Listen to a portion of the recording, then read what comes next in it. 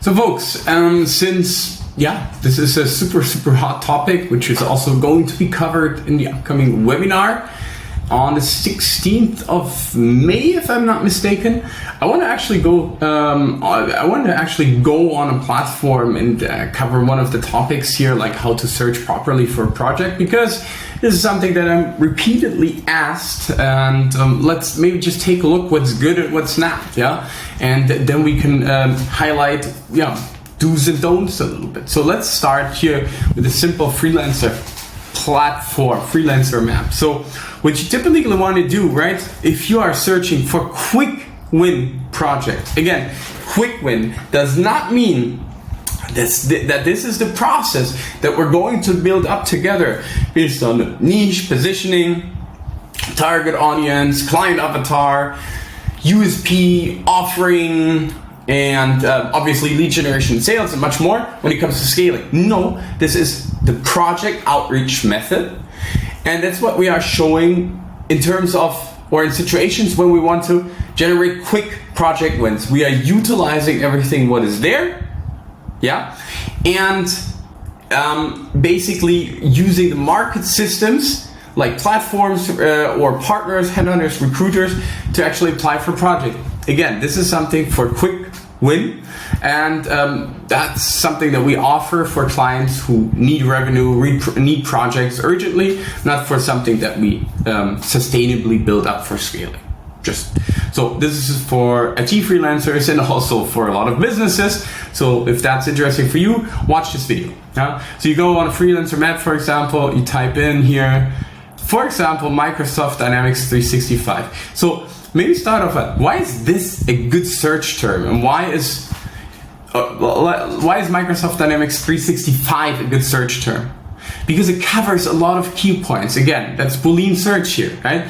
So Microsoft Dynamics, one word, and 365 covers a lot. So if you're searching for freiberuflich, so freelancers or whatsoever, you can already see everything that has these keywords in place will come up here, and you will actually see this is better than writing, for example, much less projects, surprisingly. Let's do it again. It doesn't work.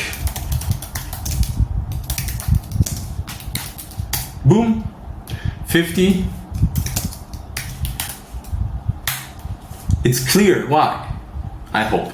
So, because you have much more keywords, I always recommend using different kind of Boolean searches of keywords that you want to use here. So just try out, start with the most basic one, and then work your way up or down, or however you want to see it, and just try different combinations to be sure. And create search agents for that, but don't rely on them. Actively search, So let's take a look at one.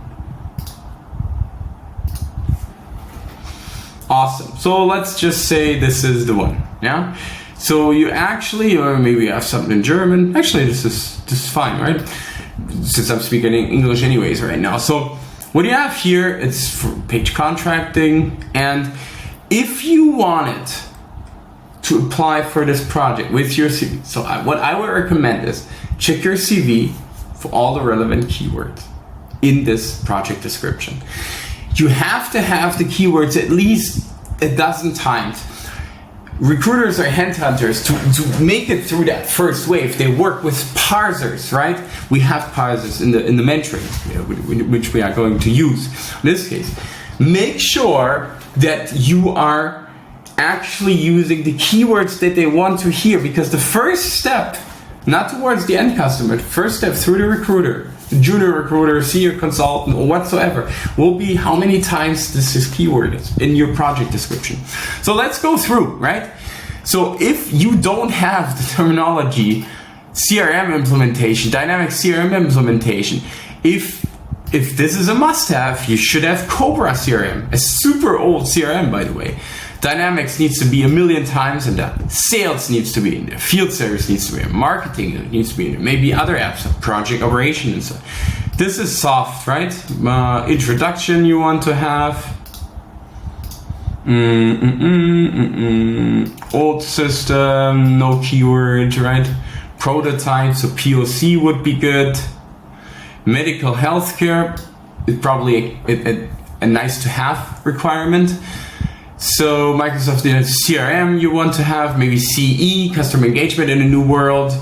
Team, so you want to deliver a team here. Again, the keywords nice to have. So it's basically what it has is English and German.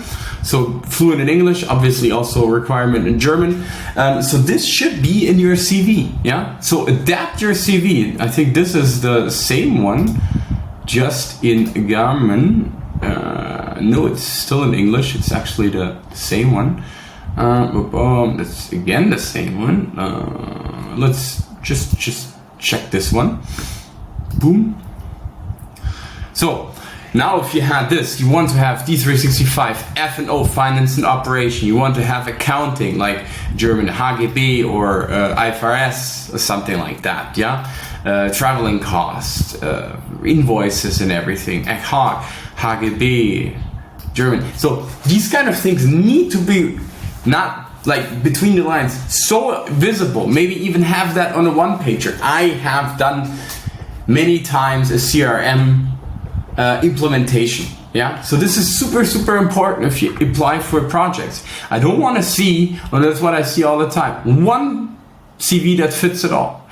Sometimes it is, if you always apply just the same projects, but in the reality, it doesn't look like it. So make sure you have all the keywords inside. Use the platform. God damn it, this is so easy. Like, you have everything in front. The partners, the recruiters, the headhunters, they're already giving you all the work. All you need to do is establish a daily outreach process. I'm going to show you how to. If you don't know how, just hit us up and then apply.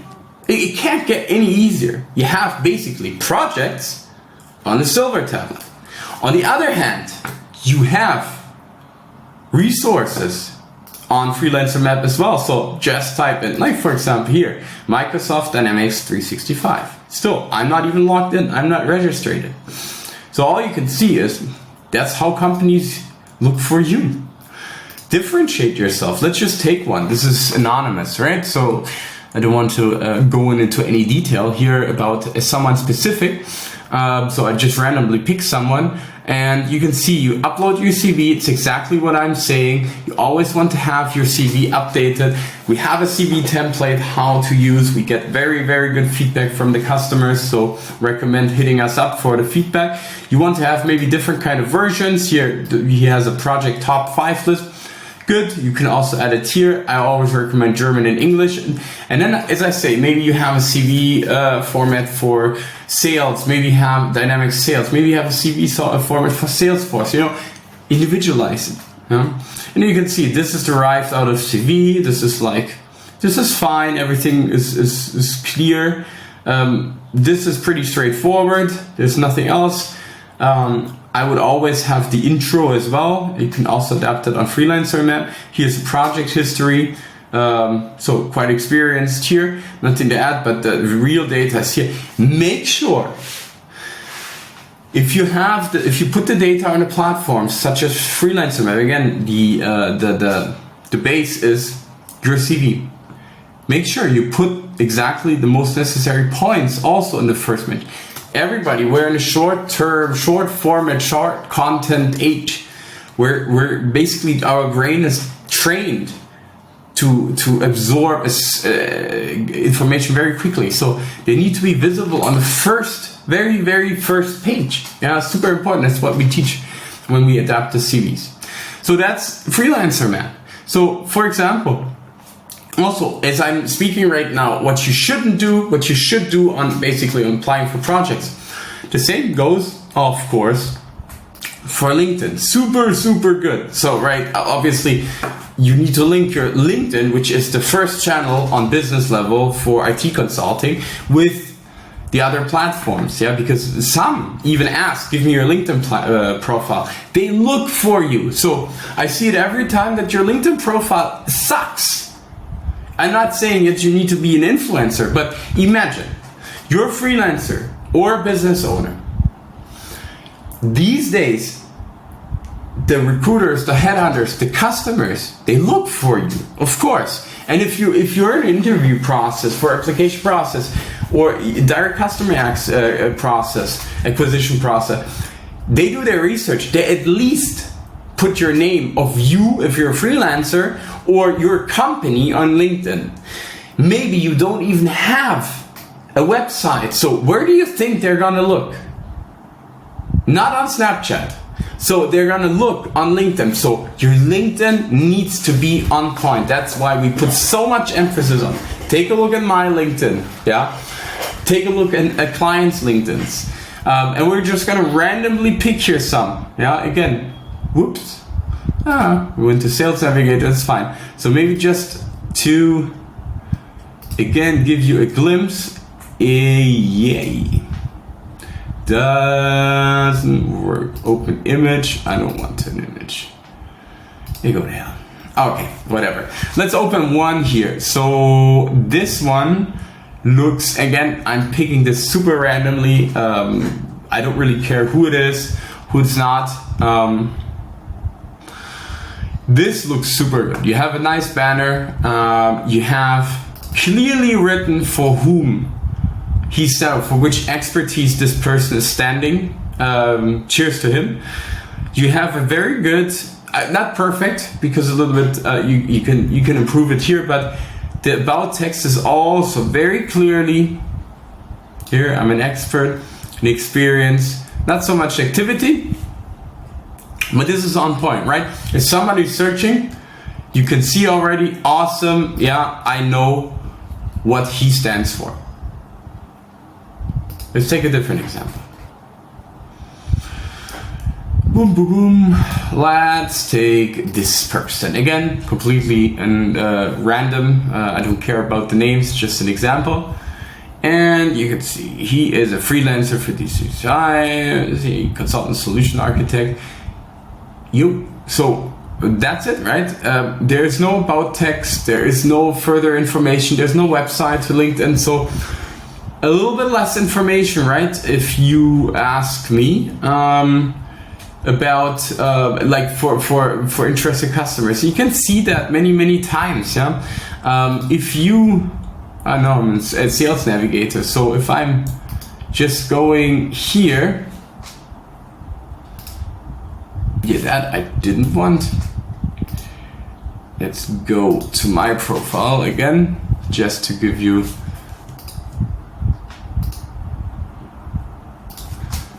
clear explanation what I mean. It needs to be visible what you are doing. So this is the first entry point for interested customer. You know, it's clearly written what you are doing here, what you're providing. Sorry for the limited connectivity. The about text need to be on point. You can take any other customer. You can take any other customer that you want here and compare it. So take some time to really set up your profile on LinkedIn as well. It's the first entry point. I see that all the time wrong. That's a differentiation between you and many other freelancers who are searchable. If you don't want to be seen as a simple resource in order to, I could deliver development, .NET development or whatsoever, or Dynamics 365 customizing and customer engagement, but you want to have a higher benefit towards the customer, present yourself like that. Have a good profile picture. How many times like, yeah. I mean, yeah, I'm not going to comment on some pictures. I'm not a photographer, but how do we say German? The eye eats with, not in terms of who looks good or bad, but presentable, professional. Yeah, and believe me, if I'm telling you that, I'm the guy who loves to sit in swimming shorts and tank top in front, but I'll take the time to at least look professional towards you as my clients or potential clients. So I hope this little X-course for how to use a platform, what to do, what not to do when you go on Freelancer. Now again, also here, don't rely on the search agents. Yeah, this is not enough. Be active.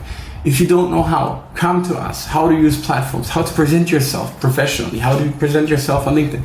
Get back to us. We will help you for free. Just hit us up, type presentation, or send us a DM. We'll help you, promise. See you in the next video, webinar, podcast, whatsoever.